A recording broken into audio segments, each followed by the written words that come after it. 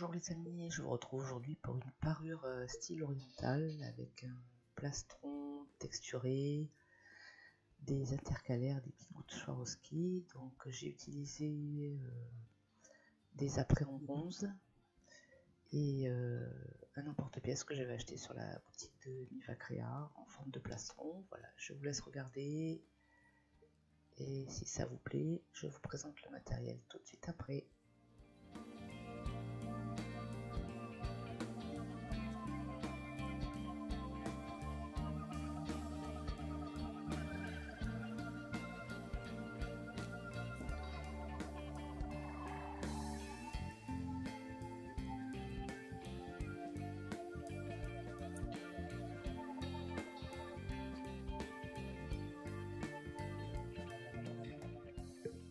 Alors, il va vous falloir une plaque de texture orientale, de la pâte Primo couleur vieil or,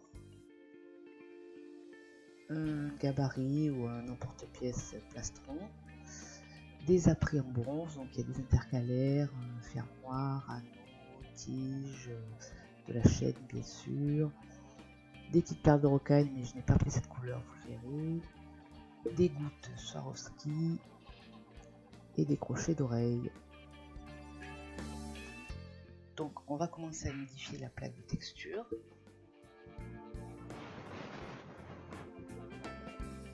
Ensuite on va la passer dans le cran 2 de la machine à pâte.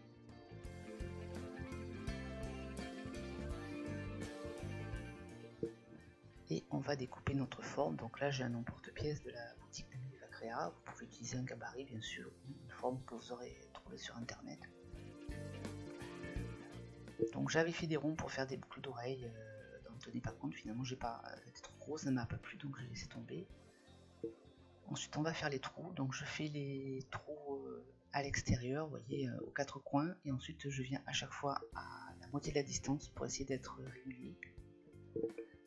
Et j'ai oublié de faire les trous aux angles supérieurs pour pouvoir fixer la chaîne. Donc ne faites pas comme moi. Donc je les ai fait plus tard bien sûr.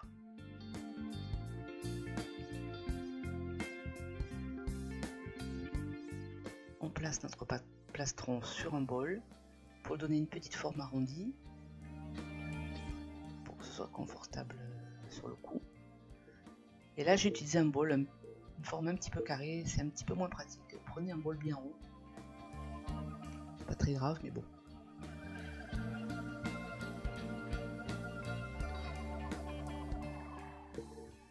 Ensuite on vient lisser les bords avec un petit outil en silicone.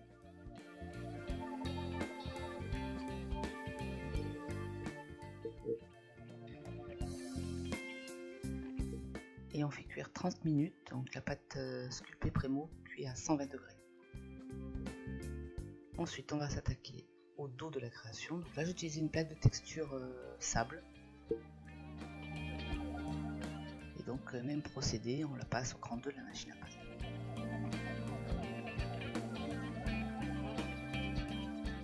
On découpe la même forme.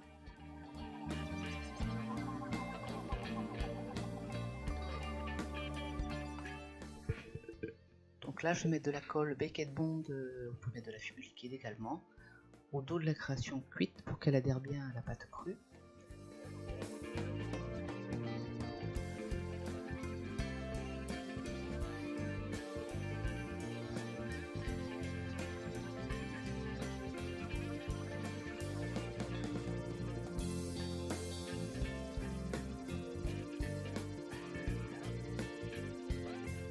Donc ensuite on va placer la deuxième pièce texturée pour faire le dos. Donc vous faites doucement de l'intérieur vers l'extérieur pour enlever les bulles d'air. Vous allez voir là, voilà. Hop. Que ce soit bien régulier, que ça reste bien droit après la cuisson. Et vous enlevez l'excédent avec votre scalpel.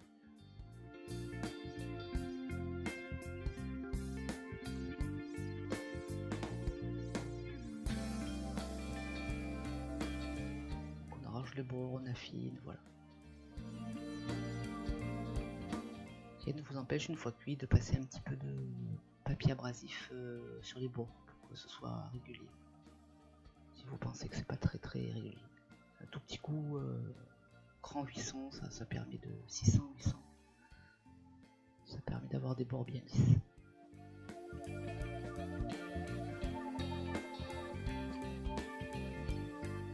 Donc ensuite je viens faire les trous puisqu'on les a fait sur la première pâte avec une petite aiguille.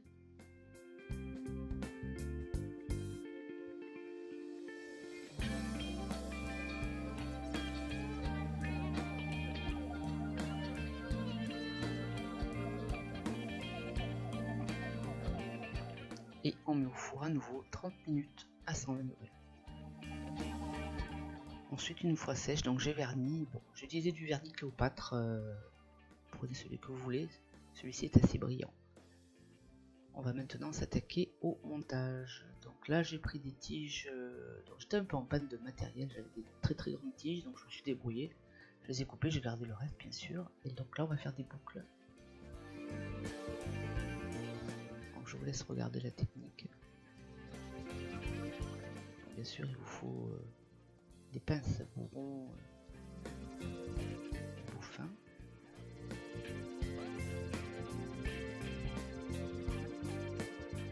Ensuite, vous avez besoin d'anneaux 5 mm. Donc là, j'avais des anneaux fermés et pas des anneaux ouverts, donc je les ai coupés tout simplement. C'est un petit peu moins pratique quand on a des anneaux directement ouverts parce que ils s'ouvrent facilement, ils se referment facilement. Là du coup en coupant ça m'a fait un petit vide, donc il a fallu que j'arrange un petit peu, je resserre. C'est pas très difficile. Donc là on met la goutte, la pompille et on referme.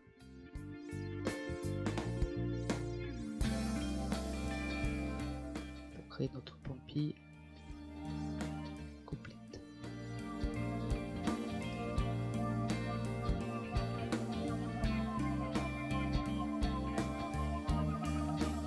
On fait ça avec les 9 pièces. Donc maintenant on va s'occuper de la chaîne. Donc la chaîne, j'ai pris de la chaîne 4x3. Donc j'ai coupé environ 30 cm. Ensuite je l'ai coupé en deux pour être sûr d'avoir les bonnes longueurs de chaque côté. Les mêmes longueurs de chaque côté. Donc là on va utiliser des anneaux 8 mm ouverts.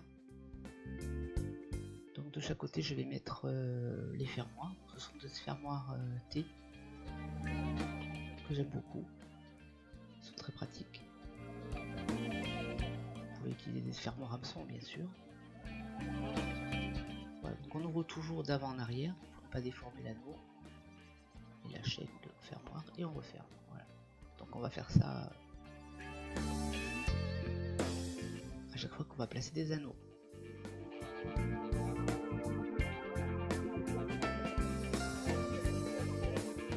Maintenant on va placer l'anneau au bout du plastron, donc pour placer la chaîne. Donc celle-là je vous disais les deux trous extérieurs j'avais oublié de les créer. Je les ai fait une fois cuits. Une fois la pâte cuite.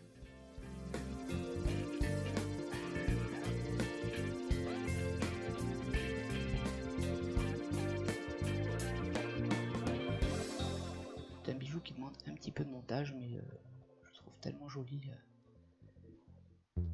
avec les gouttes que je veux bien prendre le temps de le faire.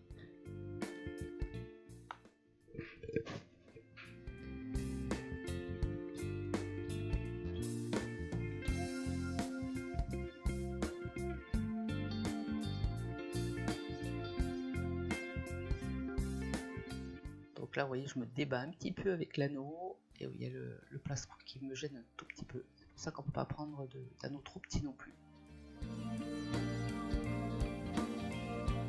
Mais finalement ça vient quand même assez rapidement, c'est pas très difficile. Donc on va maintenant ajouter les anneaux 8 mm sur tous les trous de notre plastron.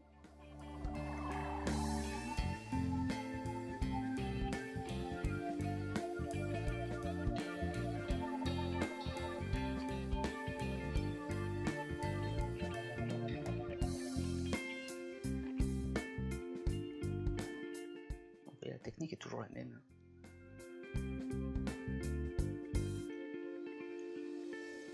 Plus l'anneau est gros, plus c'est facile. Le problème c'est que pour les boucles d'oreilles on peut pas mettre de gros anneaux, c'est un peu plus délicat on va dire. Donc maintenant on va accrocher les pampis à ces anneaux. Et là j'ai utilisé des anneaux 6 mm, ouverts toujours, donc là j'avais ce qu'il fallait.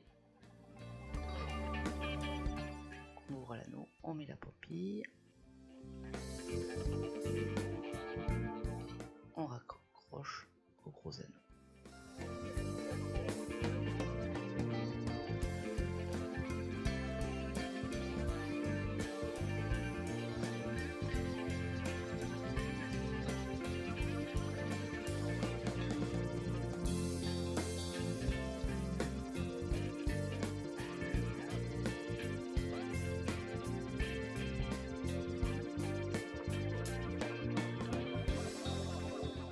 Et on va faire ça pour les 9 pampilles.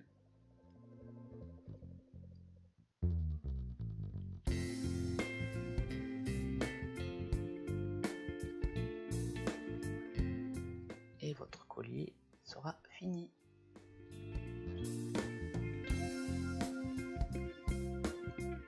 Allez, on s'attaque aux boucles d'oreilles. Donc là, je n'avais pas assez d'intercalaires similaires.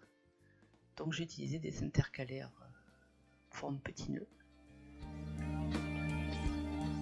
Donc là aussi j'avais des tiges un peu trop longues, mais je garde le reste, c'était pas grave. Donc j'ai inséré une perle de rocaille, une toupie, une perle de rocaille, une intercalaire, et à nouveau une perle de rocaille, une toupie, une perle de rocaille.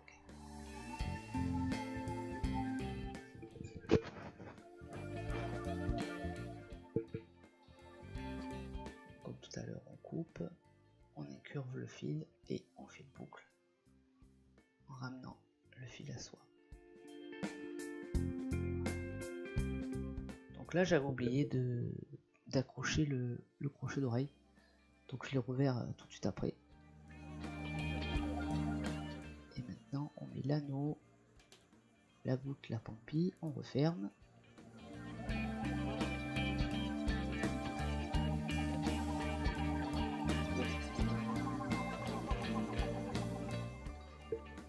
Et attention, elle arrive la boulette, j'y mets le petit nœud, la tête en bas.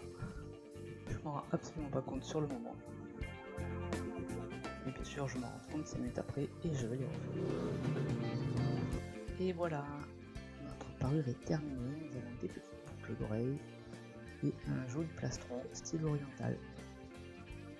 Très adapté pour l'été. J'espère que ce bijou vous aura plu. N'hésitez pas à me poser des questions si quelque chose vous paraît obscur. Laissez un petit commentaire, je vous mettrai le lien en barre d'infos pour tout le matériel. Merci beaucoup, à très bientôt pour une nouvelle vidéo.